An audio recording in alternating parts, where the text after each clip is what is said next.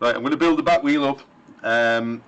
Hopefully I'll have a really good time. Yay! I don't normally do it this way, but what I normally do is get to a point where I get stuck and I can't get one of the spokes in without taking some other ones out. So, on advisement, I'm doing it in a different way. And I think I know what I'm doing, but Colin, who's told me how to do it this way, is lurking doing some of the jobs in the workshop at the moment. So if you hear laughter in the background, it's because I've completely screwed it up. So here we go. Slurp of tea. We'll make a start.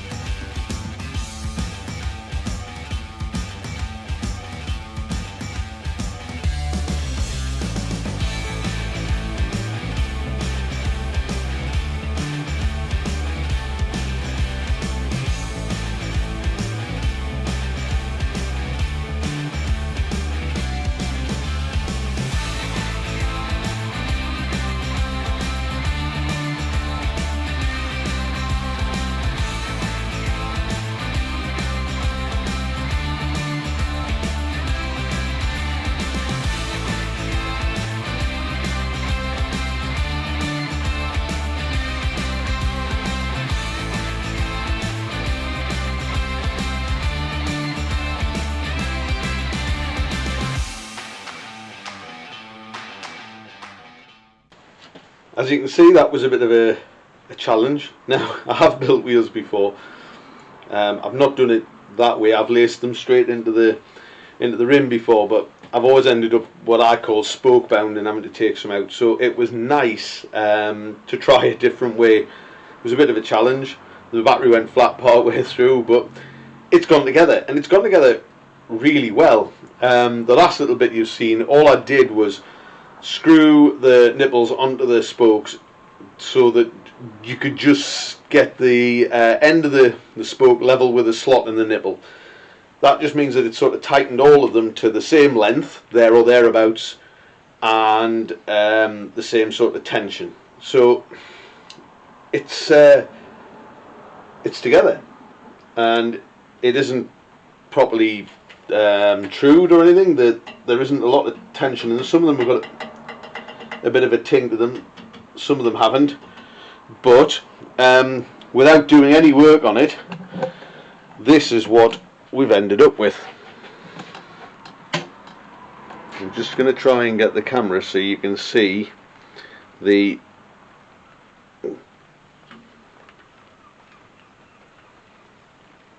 it's not bad really.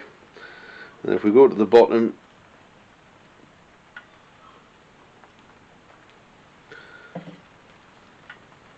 it's a little bit, but nothing substantial. It's not out by more than a couple of mil. The next job is truing. So this is my wheel building jig. It is a pair of bantam forks welded upside down to a bit of angle, held in a vise. It's nothing clever. I have heard it said it's the best use for a pair of bantam forks that there is. Now, you saw me assemble the wheel loosely. It went on reasonably straight and reasonably even. So the next job is just to make sure that it runs true in a straight line, and then after that we look at the egg-shapedness of it, or if it is egg-shaped, make sure it's round, concentric, whatever. The aim with this is to also get the offset, albeit the offset is 0. So the offset is the amount that the rim is over to one side of the hub. Now that's normally if you have a chain, and therefore your chain line needs to clear the side of the tyre, so that the hub is sort of off-centered, and the offset built into the wheel puts the wheel back on the centre line of the bike. Now, with these old bikes, they didn't really have that. The belt rim sticks over the side far enough for the belt to clear the wheel and the tyre's pretty skinny anyway. So it gets centralised on the hub, and the hub sits centrally in the frame, which should put then the wheel on the centre line of the bike. So the distance from the side of the hub to the side of the rim should be equal on both sides. So that's what I'm going to aim for, and it running sort of straight, and then we'll look at egg shapedness.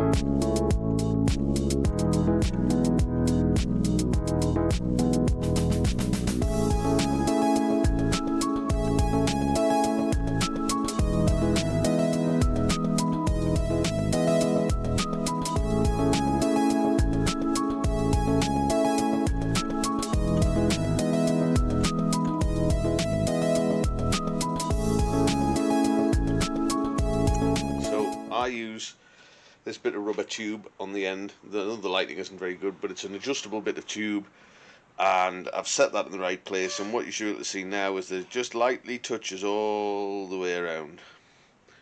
It's pretty straight. That, I think, if there's a couple of thou run out, that's all there is, and I'm not worried about that. The tyre will have more run out than that will.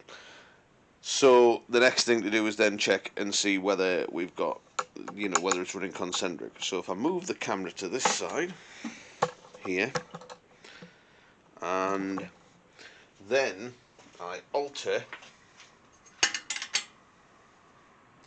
where my little indicator goes, so I'll screw it in a bit.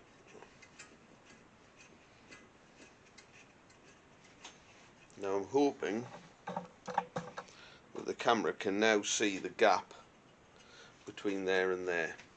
If I just put my hand there, is that clearer? I don't think so. Anyway, let's see how it looks.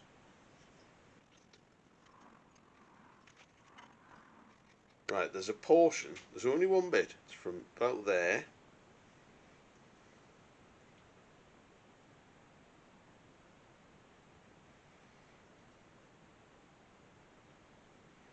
It's about here, it's about this much, which sticks out a bit. Now, I wondered if it might have been where the weld is in the rim. It doesn't look like it. So what I need to do is I need to slacken off some spokes either side, tighten these ones up, and it'll just squash it in a little bit. So we'll give that a go.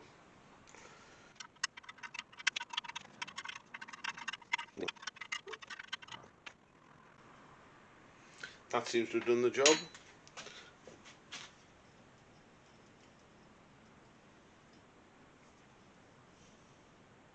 We'll consider that done. Once I make the final checks, it'll be ready to put the belt rim on. What I will do is check the spokes for tension. So you can do this by listening to it. So you start off with where the valve hole is. This is what I do, so I know I've done a full revolution, and each one should sing.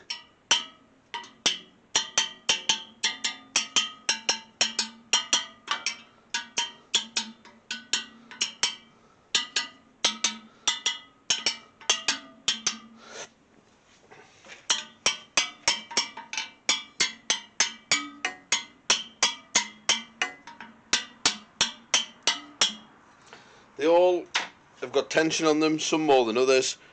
I will go around and just make some final tweaks which will sort that out. So we've got the wheel pretty much built up there. You can see most of it on this, I think. The next thing to do is fit the belt rim. The wheel's true, so that's great. The belt rim is going to sit on the side like that, and it's spoked in. So again, a bit like fitting the wheel rim, I'm just going to very loosely spoke it in, and then true it up on the wheel jig. So I'll just try and work this a couple of spokes at a time, just to sort of hold it somewhere near. It's not as complicated as spoking in a wheel rim, but it's the same principle. The differences being mainly that you're not crossing over a spoke pattern of any particular type. You are merely putting a spoke straight through a hole, and then all we do is we just put the nipples on a couple of turns, if they'll go through, just so that they don't fall out. At least that's the idea.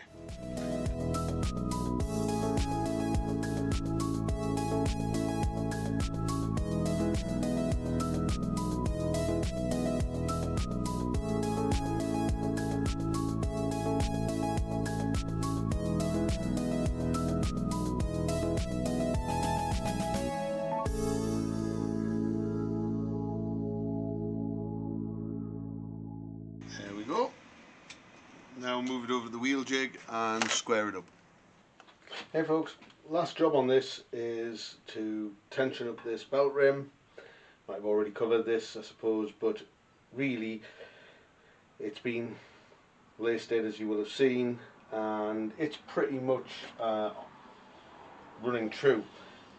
But when you put these in, you have to sort of get a bit of tension on them, so you have the strength to hold up to the rigmarole of having all the power of the bike powered through it. Really, the belt pulls on these belt rims really quite hard, with big thumps as well. There's very little in the way of shock absorption on the engine, so it bangs away at it, which can be seen sometimes in slowed down footage. If you look at a belt drive motorcycle, the belts almost hit the ground or the road underneath the bike as the tension comes into the top, and it stretches the belt, and you end up with a load of slack on the bottom of it. Quite incredible to see, really. So yeah, I'm going to tension this up, and then we will hopefully have this ready just to paint. I mean, it's already been painted. That was just to make sure we didn't miss anything. it was painted sort of quite quickly just to give it some coverage, and it'll now get a top coat once this is done. So I'm going to finish today with this tensioned up, and then when I'm next painting some black stuff, which will probably be in the next couple of days, this will go in with it and get finished off. So here we go.